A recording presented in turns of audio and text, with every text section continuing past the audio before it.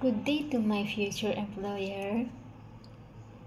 My name is Edwarine.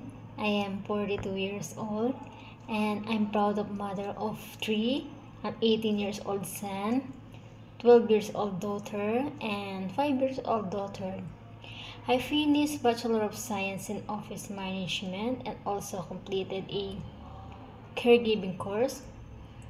I work in Hong Kong as a domestic helper where I took care of uh, cooking, marketing, cleaning, and looking after a newborn baby.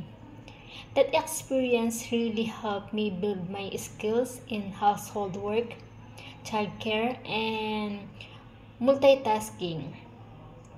But if I've given the choice, I actually prefer to take care of the elderly, and I'm also happy to work together with other helpers.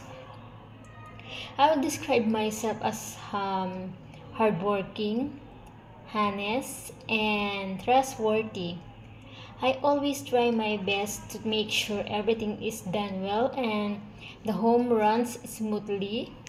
If I have the chance to work with your family, I respect your rules, do my job with dedication, and take care of your loved ones as if they were my own.